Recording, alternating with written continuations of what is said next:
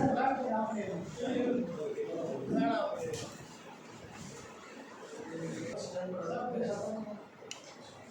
Media நண்பர்களுக்கு வணக்கம். எங்கள் அழைப்பு எடுத்து இன்னைக்கு வந்ததுக்கு ரொம்ப நன்றி. நாங்கள் வந்து இந்த பீப்புள் ஜெகநாயகர் ட்ரஸ்ட்டில் அரசாங்கத்தால் நிர்வகிக்கப்பட்ட அரங்காவலர் நான் வந்து chairman justice P Kalaiyarasan, sir IAS officer Chandrasekaran, sir engineer Venkatesh, sir public personality mister Vijay Subram, sir doctor Kannaiyan, அவர் மிஸ்டர் ராஜேந்திரன், அவங்க டிசண்டன்ட் வந்து மிஸ்ஸஸ் ரேணுகா.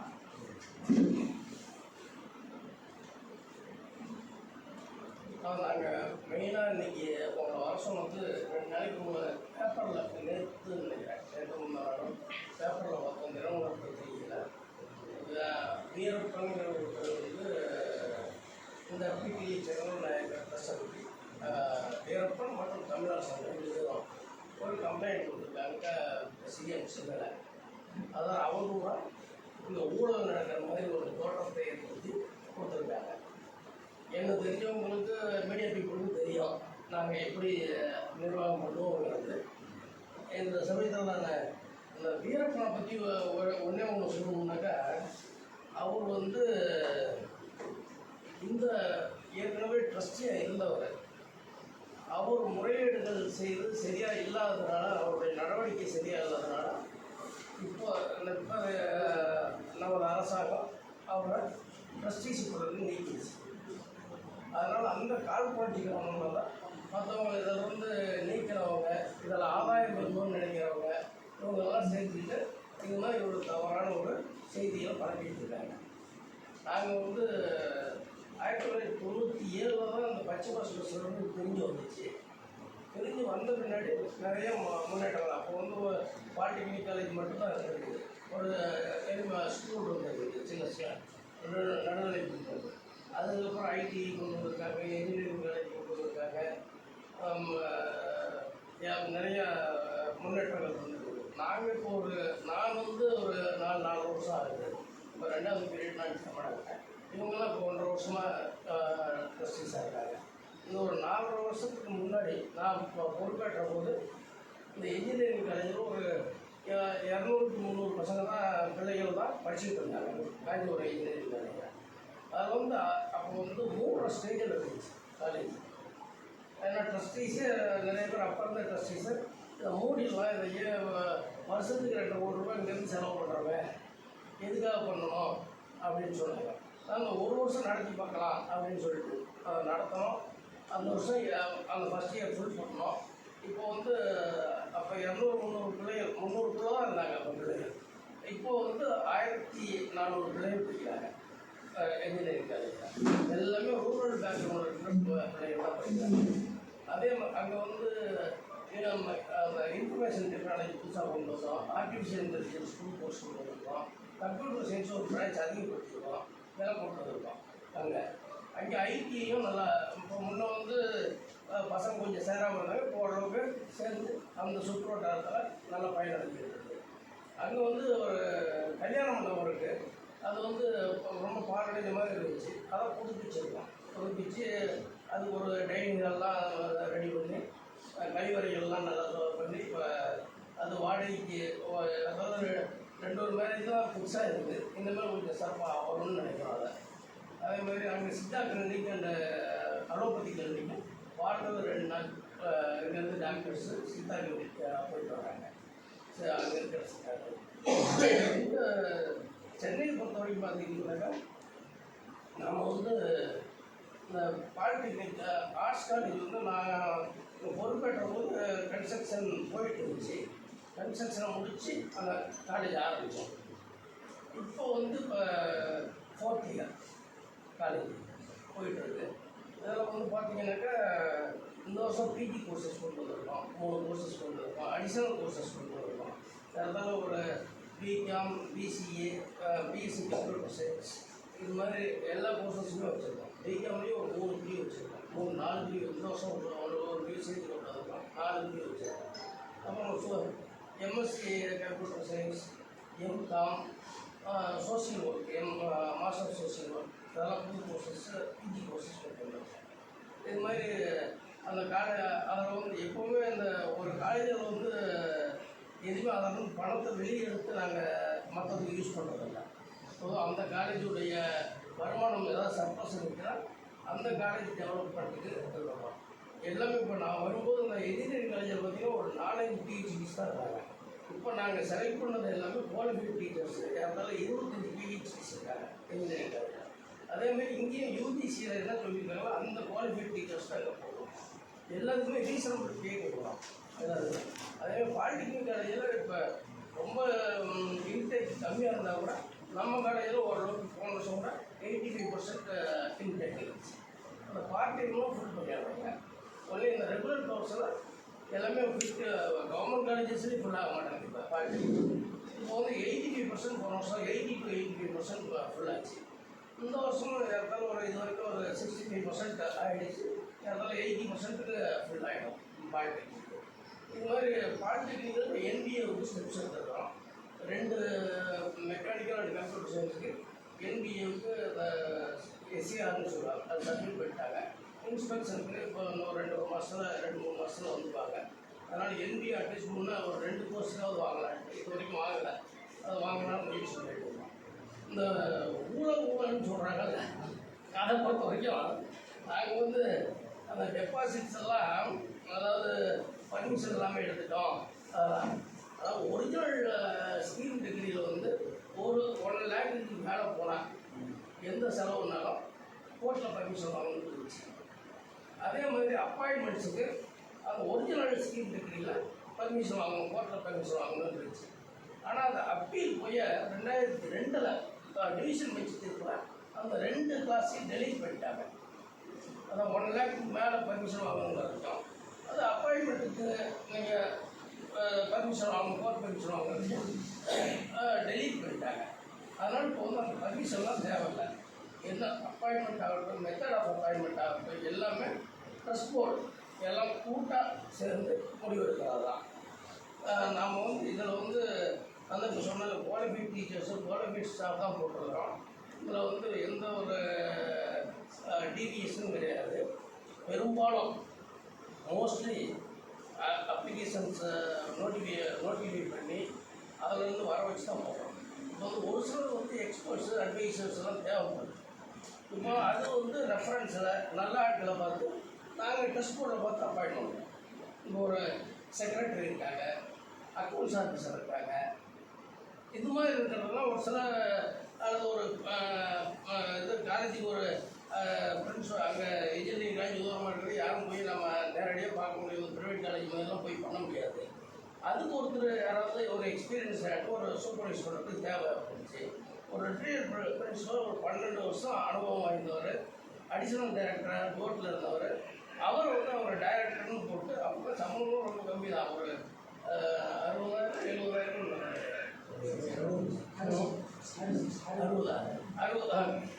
70,000 மந்த்லி கொடுத்து ஒரு ஹானரரியம் தான் கொடுத்து அவரை அங்கே ஒரு 2 நாள், இங்கே பாலிடெக்னிக்கில் ஒரு 2 நாள் இப்படி வந்து பார்க்கணுன்னு சொல்லியிருக்கோம். அதே மாதிரி ஆர்ட்ஸ் காலேஜில் பார்த்தோம்னாக்கா நம்ம மெட்ராஸ் யூனிவர்சிட்டியில் டீனாக இருந்தவர் டாக்டர் மின்ராஜ். அவரை வந்து கொஞ்சம் ஆர்ட்ஸ் காலேஜ் கொஞ்சம் பார்க்கணுன்னு சொல்லி அவருக்கு ரிஜிஸ்ட்ரேஷன் ஃபீ தான் தரோம். அவர் வந்துட்டு போனால் வாரத்தில் 2 நாள் வருவார். அதுக்கு ஒரு 10,000 ரேஞ்சில் வந்துட்டு போனான்னாக்கா அதுக்கு அப்படி தான் ஹானரரியம் தரோம். அது மாதிரி 1-2 பண்ணோம். ஸ்கூலில் நாங்கள் ஒரு 3 வருஷமாக பார்த்தா அதை சரி பண்ண முடியல. ஒரு ரிட்டையர்டு ஹெட் மாஸ்டர் ஒருத்தர் போட்டு அதை கொஞ்சம் சரி பண்ணுங்க, அதை கொஞ்சம் சூப்பர்வைஸ் பண்ணுங்கள். ஏன்னா இதெல்லாம் நாங்கள் போய் பர்சனலாக இப்போ சேர்மனோ அல்லது ஒரு ட்ரஸ்டீஸ் அவங்க வேலையை விட்டு நாங்கள் வந்து எங்களுக்கு வந்து சுத்தமாக எந்த ஒரு ரெம்யூனரேஷனும் கிடையாது. நாங்கள் ஒரு சர்வீஸ் மைண்டோட ஒர்க் பண்ணோம். அதாவது ஒரு இவ்வளோ பெரிய சொத்தை ஒரு மகான் விட்டுட்டு போயிருக்காரு ஏழைகளுக்கு படிப்புக்காக, அதுவும் தொழில்கல்விக்காக. அதை வந்து நாம் வந்து நல்லபடியாக கொண்டு போகணும், வளர்ச்சிக்கு கொண்டு போகணுங்கிற அது அந்த எண்ணத்தில் தான். அதனால தான் ஸ்கீம் டிகிரியே சொல்லி பார்த்தீங்கன்னாக்கா ஒரு ஸ்கீம் டிகிரி சேர்மன் வந்து ரிட்டையர்ட் ஹைகோர்ட் ஜட்ஜி தான் இருக்கணும், அதில் ஒரு ஐஏஎஸ் ஆஃபீஸர் இருக்கணும், டாக்டர் இருக்கணும், இன்ஜினியர் இருக்கணும், பப்ளிக் பர்சனாலிட்டிஸ் 2 பேர் இருக்கணும். இது மாதிரி கொடுத்துருக்காங்க.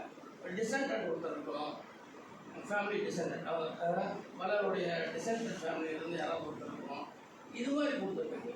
அதனால் இது முன்னாடி வந்து ஹைகோர்ட் அப்பாயின்மெண்ட் இருந்துச்சு. இப்போ 1 year கோடி ஆக்ட் வந்து பின்னாடி கவர்மெண்ட்டுக்கு அந்த பவர்ஸ் கொடுத்துருக்காங்க. கவர்மெண்ட் அப்பாயின்ட் பண்ணுறாங்க. இது வந்து ஏனோ தானேன்னு அவங்க பண்ணுறதில்ல, பார்த்து நல்ல ஆட்களை தான் போடுறாங்க. இதெல்லாம் ஏதாவது ரொம்ப ரேராக தான் ஒன்று 2 வரைக்கும் சரியாக நடக்காது. முன்னாடி போடுறதுலாம் சரியாக நடக்காதது காரணம் 1 2 வந்தவங்க சரியாக இல்லாதது தான். இந்த வீரப்பன் மாதிரி ஆட்கள் வந்து ஒரு சரியில்லாததுனால தான். சாரி,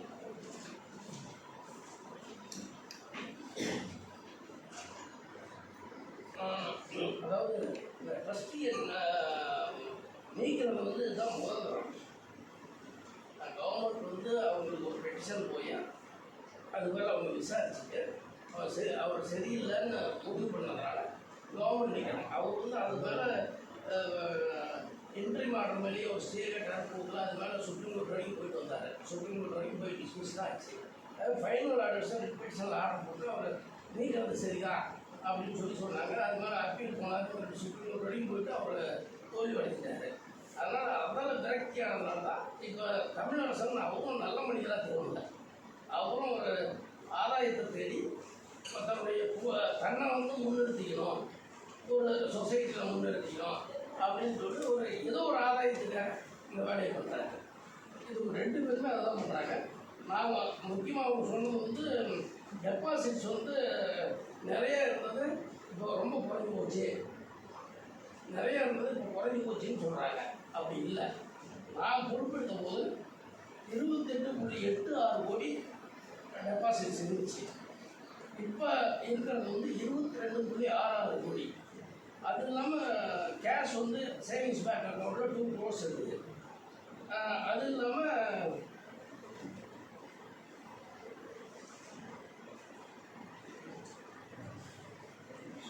இன்ஸ்டியூஷன் பேரில் 1 crore, வேறு இன்ஸ்டியூஷன் அந்த டெபாசிட் அவங்களுக்கு 1 crore இருக்குது. இது மாதிரி எதை எடுத்துட்டாலும் இதெல்லாம் அங்கே 2-3 கோடி விட்டுட்டா கூட 22.6 கோடி டெபாசிட்ஸும் இருக்குது.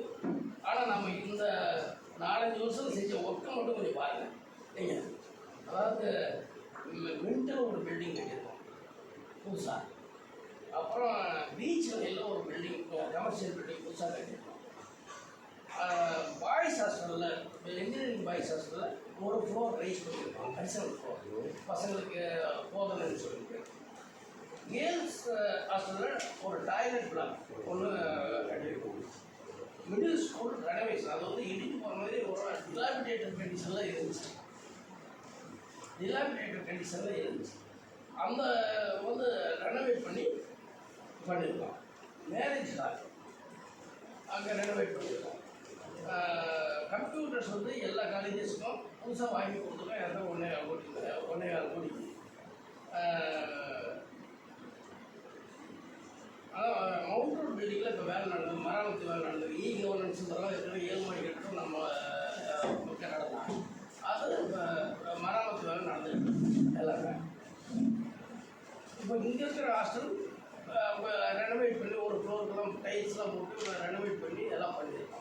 இது மாதிரி நிறைய வேலைகள் பண்ணியிருக்கோம். இருந்தாலும் இதில் எனக்கு பார்த்தோம்னாக்க இதனுடைய மதிப்பு மட்டும் வேலை செஞ்சதனுடைய மதிப்பு மட்டும்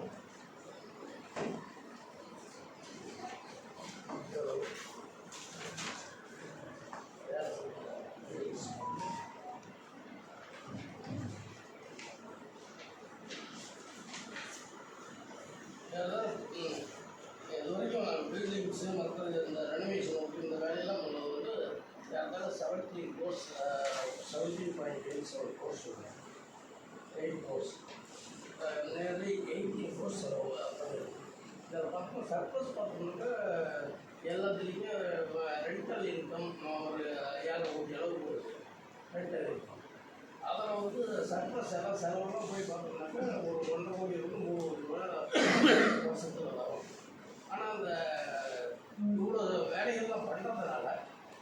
இந்த பணத்தை கூட நம்ம டெபாசிட்ஸ் கொஞ்சம் எடுத்து தான் பண்ண வேண்டியது.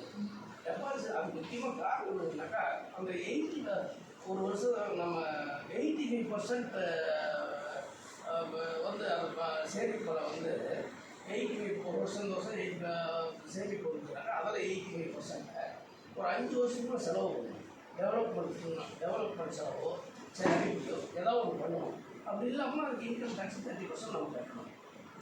அதனால் நம்ம வந்து இதை வச்சுக்கிட்டே இருக்க முடியாது. அந்த 5 இயர்ஸுக்குள்ள நம்ம ஏதாவது ஒரு செலவு பண்ணோம்னா தான் வர வருமானத்தில் செலவு டெவலப்மெண்ட் எக்ஸ்பென்சஸ் பண்ணால் தான் இன்கம் டேக்ஸ் எக்ஸம்ஷன் ட்ரஸ்ட் இருக்காது. இல்லாமல் நம்ம எப்பவும் எல்லாம் கூட கட்ட வேண்டியதாக.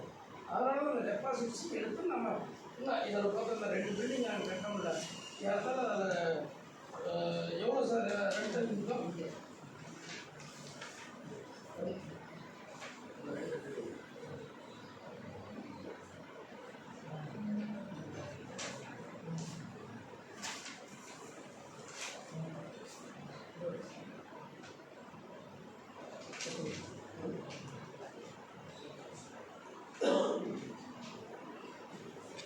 அதாவது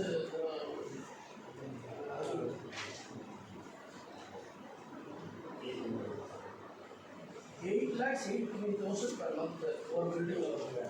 இன்னொரு பில்டிங்கில் 2,24,500 வருது. இதை பார்த்தோம்னாக்கா இடத்துல 1.5 ரூபா வருஷத்துக்கு நாங்கள் அதாவது இன்கம் ஜென்ரேட் பண்ணிக்கிறது கிடையாது. மற்றபடி அந்த இன்ஜினியரிங் காலேஜ் பார்த்தீங்கன்னாக்கா மெஸ்ஸில் வந்து முன்னே நாங்கள் கான்ட்ராக்ட்லாம் விட்டு பார்த்தா சரியாக வரல. அப்புறம் நாங்களே நடத்தி சொன்னோம். இப்போது ஒரு பையனுக்கு ஒரு நாளைக்கு 90 rupees தான் சார்ஜ் பண்ணுவாங்க. 90 rupees சார்ஜ் பண்ணுறாங்க. காலையில் டீ, டிஃபன், மத்தியானம் lunch, evening snacks with tea, night tiffin. வாரத்தில் 2 நாள் லீவு. கொடுத்து நல்லா பண்ணிகிட்டு இருக்காங்க. திருப்தியாக இருக்காங்க பசங்க, மாணவ மாணவிகள். 90 rupees தான் சார்ஜ் பண்ணுறாங்க. அக்காமடேஷன் அங்கே ஃப்ரீ. இதில் வந்து அங்கே வந்து இன்ஜினியரிங் காலேஜ் வந்து போன வருஷம் மட்டும் அந்த ஃப்ரீ கன்செஷன் ஸ்காலர்ஷிப்னு சொல்லி 1.5 ரூபா கொடுத்துருக்காங்க. இதெல்லாம் நம்ம எதனால் செலவு பண்ணுறோம்னாக்கா, இதில் வந்து 10 ரூபா கூட ஒரு தப்பு நடக்கிறதுக்கு வழியே கிடையாது. எங்களுக்கு வந்து இன்டர்னல் ஆடிட்டர் ஒன்று, எல்லாமே சார்ட்டர்ட் அக்கௌண்ட். இன்டர்னல் ஆடிட் ஒன்று, எக்ஸ்டர்னல் ஆடிட் ரெண்டும் வச்சுருக்கோம். அவங்க கணக்கெல்லாம் பார்த்து பேலன்ஸ் ஷீட்லாம் கொடுத்து முன்ன பட்ஜெட்லாம் வருஷம் ஆரம்பத்துலேயே கூட்டு தான் நாங்கள் பண்ணுறோம். எதுவும் நம்ம ஒளிவு மறைவுங்கிறதுல டிரான்ஸ்பரண்ட்டாக அட்மினிஸ்ட்ரேஷன் நடக்குது. எல்லாமே எல்லா துறையிலையும் சிறப்பாக இருக்கிறவங்க தான் இங்கே ட்ரஸ்டியாக போட்டிருக்காங்க. இவங்க எல்லாமே பொய்ய பேசிகிட்டு இருக்காங்க. சுத்தமான ஒரு ஃப்ராடுன்னு தான் சொல்லணும் இவங்க. அதான் கம்ப்ளைண்ட் கொடுத்துருக்குறவங்கள. அதனால் நம்ம மடியில் கடன் சொன்னாலும் மடியில் பயம். நேர்மையும் நியாயமும் இருந்தால் எதுக்கும் பயப்பட வேண்டியதில்லை. நாம் தன்னம்பிக்கையோடு செயல்படலாம். இதை வேறு என்ன, இது வந்து இந்த ஒப்பந்தம் சார், கான்ட்ராக்டு. அது வந்து